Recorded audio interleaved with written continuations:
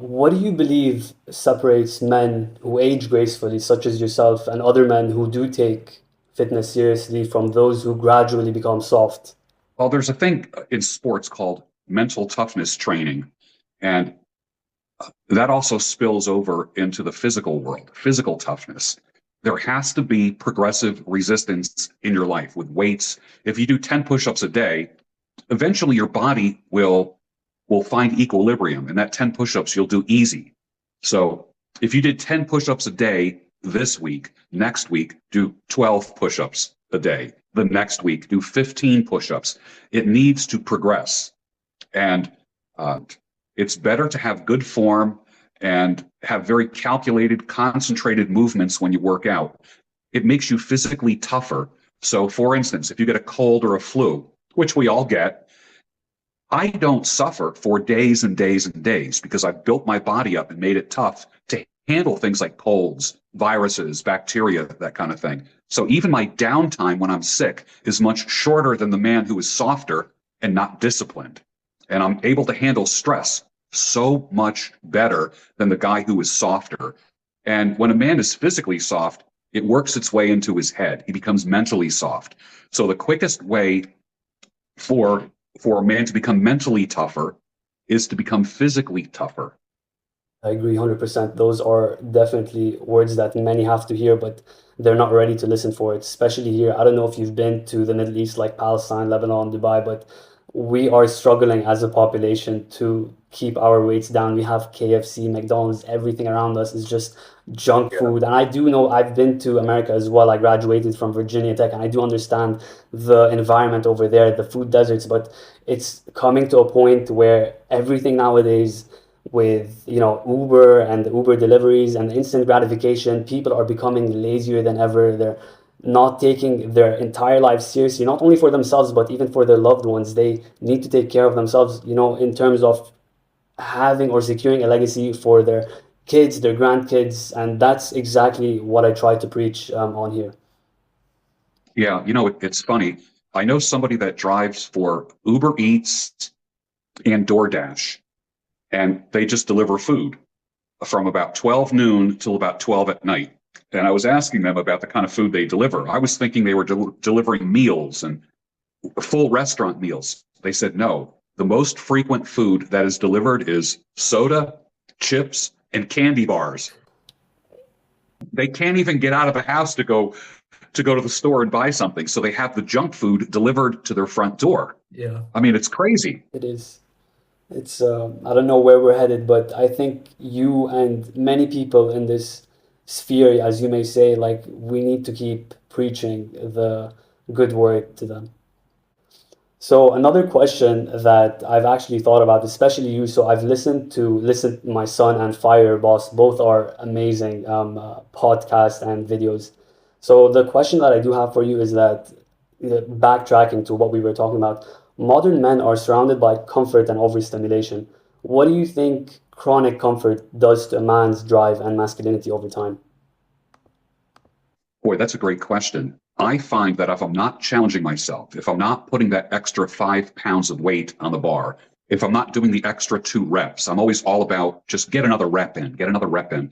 I think what happens is we become very complacent, and the body can get used to almost anything. I mean, if you're sitting on the couch watching television all day long or every evening after work and not exercising, you don't have the discipline to go to the gym or exercise.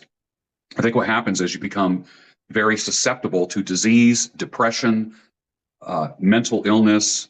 You lose hope and optimism. So it has mental effects, and we become softer mentally and physically. And I think that especially people who are working stressful jobs or people who are in stressful situations, the key is to stay in shape. Even though there might be turmoil and chaos around you, the way to deal with that stress is through training. You have to train. You have to be disciplined no matter where you are. A lot of guys who are in the military, they're in great shape while they're in the military because they got PT every morning at 4 o'clock. They're running and they're doing their training. But when they get out of the military, that discipline does not stay. So you end up with a whole generation of men who are soft, who are weak, who aren't strong, who don't have courage to go through life. And I feel that when you take care of your body, your brain is part of your body, and it needs oxygen. And how does oxygen get to the brain? Through the vascular system. It's delivered to our brain through our blood. What pumps our blood? Our hearts, yes. But when we exercise, the heart rate speeds up, which also speeds up the oxygenation of the brain and oxygenation of the body. So you heal faster, not only physically, but mentally when you go through trauma. Yeah, I definitely agree. Would you say that nutrition plays a huge role as well? I think so. I think that's absolutely crucial, absolutely crucial. And to understand, when you get to know how your body works, I remember years ago someone said, "Would you ever put Coca-Cola in your gas tank in your car?" Well, the answer obviously is no, because that's not what the manufacturer recommends that the engine will run on. Well, why do we put junk in our bodies? Our bodies run optimally on the fuel that is prescribed for it, and that is whole food, fresh food, no processed food. And we're able to handle life's problems if we eat well. That's why I'm really concerned about, like, for instance, like war-torn areas in the world where food is impaired, the people's nutrition goes down. It doesn't matter where it is, if it's in the Middle East, if it's in Palestine, if it's in Europe. The first thing to suffer is people's nutrition. And their bodies are constantly in fight or flight mode, constantly, because they're constantly being stressed out. And the lack of proper nutrition does not give them the fuel that they need to handle the stress. Yeah, yeah, I can definitely attest to that. George, those were my only questions. I just want to thank you again for your time, your presence, and attention, man. Like, reaching out for me was a huge step. Like, as an internet celebrity, I've never done this before. And, I've loved having the conversation with you. I hope if you are willing to have future conversations with me, potentially collaborate on some point.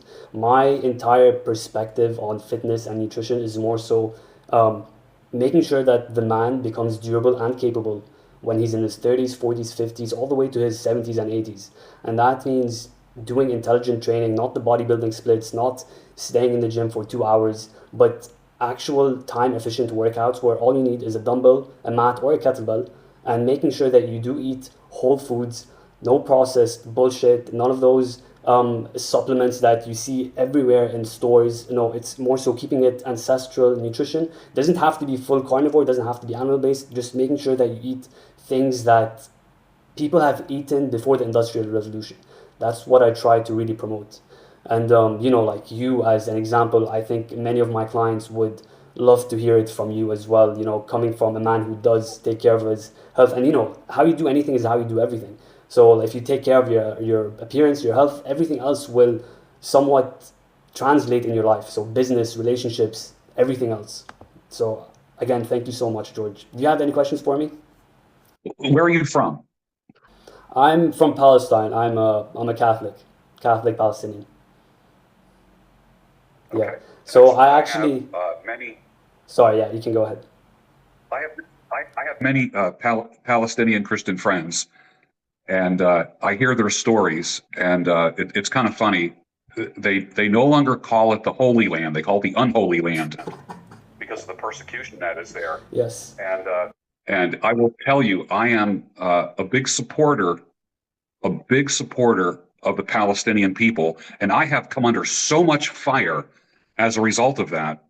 You can't even imagine when a man takes a stand for something, how his enemies come out to attack him. But I know I'm in the right, Yeah. so my heart is with all Palestinians right Yeah, now. thank you, George. And to be honest with you, it's not that Palestinians also have a stance. I think everyone in that area just wants peace. We don't want to be fighting for the government, especially other Jews who also want a peaceful life. We're not trying to obliterate, and we have no right to be killing anyone. Everyone has the right to live the way that they want to live under boundaries, of course. But, in general, in the past, in the 1900s, when my parents were there, everyone was just living fine. Well, you know how the state of the world is at the moment. So we just have to keep praying, and we just have to like keep our chin up. The business that I do have is called Aesthetics and Performance. Ironically, aesthetics is there because it's a byproduct of the performance. So it's what happens, obviously, as you said, when you do perform. And yeah, Yes. man. I hope the best for you, and hopefully we'll be continuing our conversations on health, body, physiology, and structural masculinity.